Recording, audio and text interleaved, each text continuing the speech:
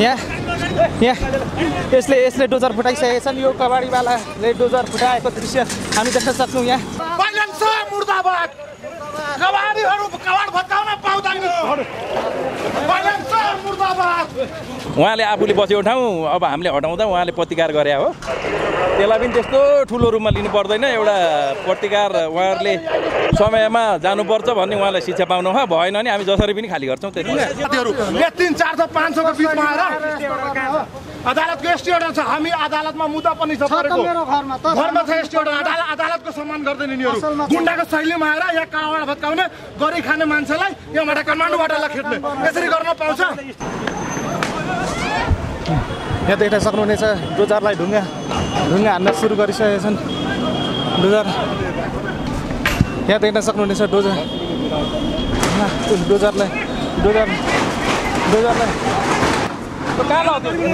यहाँ नियन्त्रणमा लिएको छ। नियन्त्रणमा डोजरलाई ढुङ्गा हानेर फुटाएका छन्। नियन्त्रणमा लिएको छ उनीहरूलाई। यहाँ देख्न सक्नुहुनेछ यतिखेर यहाँको डोजर फुटाइसकिएको छ। आज पनि यहाँ एकजनालाई नियन्त्रणमा लिइसकेको छ काठमाडौँ महानगरपालिकाले। यहाँ यसले डोजर फुटाइसकेका छन्। यो कबाडीवालाले डोजर फुटाएको दृश्य हामी देख्न सक्छौँ। यहाँ यसरी डोजरमा ढुङ्गा हानेर फुटाए।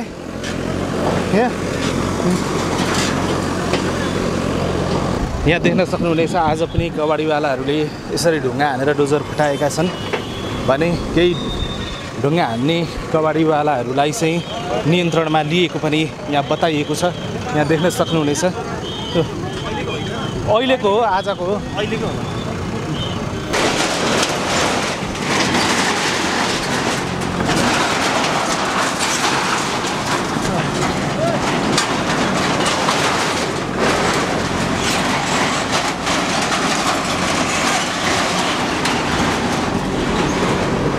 यहाँ देख्न सक्नुहुनेछ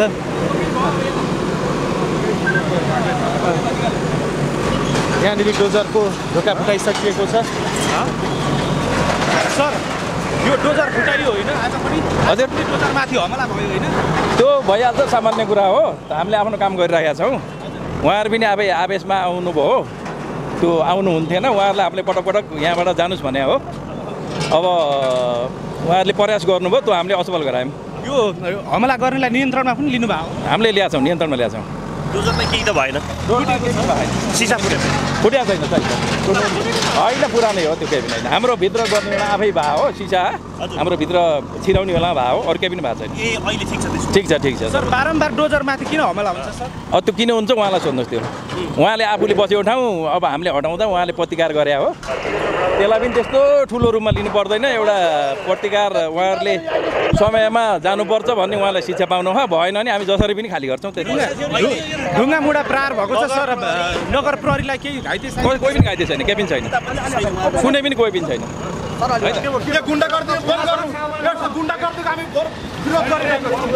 अरूको रोजीरोटी खोज्न पाउँछ? अरूको रोजीरोटी खोज्न पाउँछ? मुर्दाबाद कबाडीहरू कबाड भत्काउन पाउँदैन। मुर्दाबाद गरी खाने मान्छेलाई भगाउन पाउँदैन। अदालतको एसटी अर्डरलाई सम्मान गर।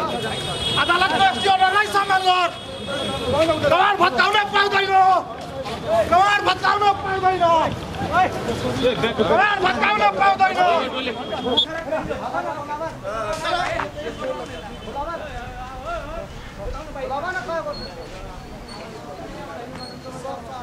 सामान भाइ भित्र जान दिनु। सामान हाम्रो क्षति गरेको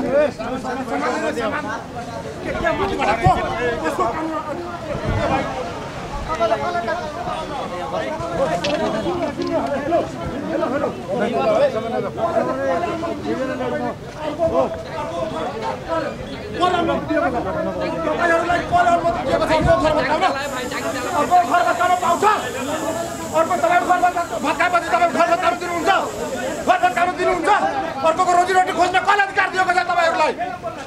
कसले अधिकार दिएको छ? साथीहरु 300-400-500 को बिचमा आएर अदालतको एसटी अर्डर छ हामी अदालतमा मुद्दा पनि छ परेको घरमा छ एसटी अर्डर अदालतको सम्मान गर्दैन यिनीहरू गुन्डाको शैलीमा आएर यहाँ काँडा भत्काउने गरी खाने मान्छेलाई यहाँबाट काठमाडौँबाट खेद्ने यसरी गर्न पाउँछ सब हेर्नै चाहदैन त भित्रै छिर्न दिइरहेछ कसरी हेराउने त हो घरभित्रै छ अनि स्टे अर्डर पाएपछि तपाईँहरूले महानगर अथवा वडामा कति जानकारी गर्ने देखाउने गर्नु भएन हामी त अदालतसम्म छु त अब यिनीहरू हेर्छ र हेर्नु न यो पुरा यहाँ गुन्डाको शैलीमा हेर्नु यो भाइलेन्स शासक हो यो गुन्डा हो यो गुन्डाको विरोधमा हामी प्रतिकार गर्छौँ फेरि हजारौँको सङ्ख्यामा यिनीहरूको महानगर गिर्छ स्टे अर्डर छ भने देखाउनु छ कहाँ खोइ छिर्न दिएको सोध्नु त तपाईँ पत्रकार हुनुहुन्छ तपाईँ सहयोग गर्नु हामीलाई छिर्न दिनु सोध्नु हो सोध्नु न छिर्न दिनु अदालत अहिले सोध्नु कमान्डर नमस्ते हजुर नमस्कार सर अलिक पहिले एकचोटि त फेरि यहाँले डोजर पहिले चलाए जस्तो लाग्छ हजुर हजुर हामीले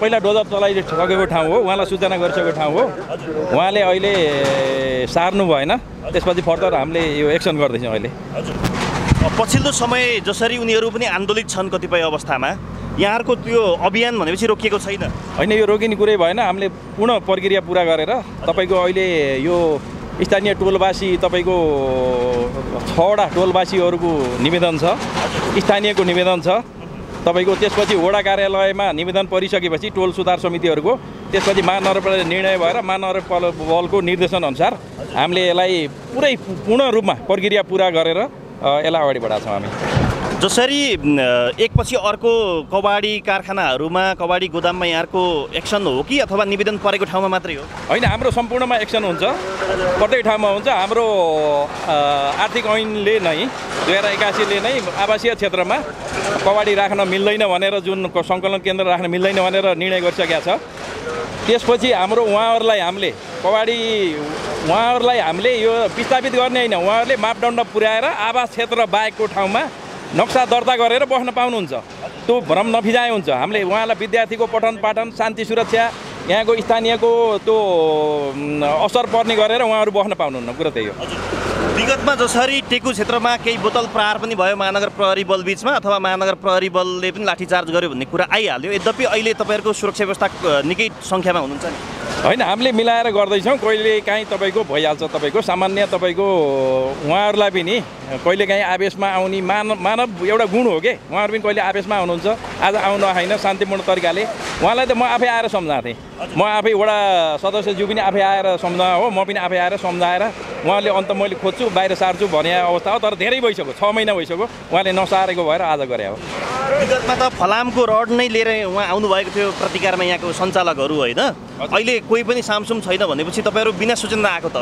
होइन हामीले उहाँलाई पटक हिजो अस्ति 2-3 दिन अगाडि पनि भनेको थियौँ 6 महिना अगाडिदेखि लगातार उहाँलाई हामीले भनिराखेका छौँ उहाँले अहिलेसम्म नसारे भएर बाध्य भएर रहरले होइन बाध्य भएर अहिले यो हटाउँदैछौँ हामी यो सँगै कतिपय अवस्थामा यहाँको जुन नेतृत्वमा रहेको पूर्वी क्षेत्रमा अरू पनि छन् कबाडी के गर्नुहुन्छ हजुर हामी होइन सम्पूर्ण खाली गर्छौँ हामी एउटा अब मिलाएर यसलाई प्रक्रिया अनुसार सम्पूर्णलाई हामी पुरै यो आवासीय क्षेत्रमा कबाडी सङ्कलन केन्द्र हुँदैन उहाँहरूले पनि बुझ्नुभएको उहाँहरूले यो कुरा सबै बुझिसक्नुहुन्छ ऐनको कुरा उहाँहरूले आफ्नो ठाउँमा मापदण्ड अनुसार यो आवास क्षेत्र बाहेकको ठाउँमा उहाँहरू बसेर कबाडी सङ्कलन गर्न सक्नुहुन्छ केही समय अगाडि मात्रै भाइरल भयो जुन बालुवाटार क्षेत्रबाट एउटा साइकल उठाउँदै गर्दाखेरि कतिपय अवस्थामा त्यो देखियो त्यो केसले जुन कारबाहीमा परेको भन्ने पनि आएको छ नगर प्रहरी अधिकृत लगायत केही टिम यसले मनोबल के छ तपाईँहरूको होइन त्यो एउटा गल्ती गर्नेलाई कारबाही भइहाल्छ त्यहाँ हामीलाई एउटा होहल्ला धेरै भयो भन्ने सूचना आयो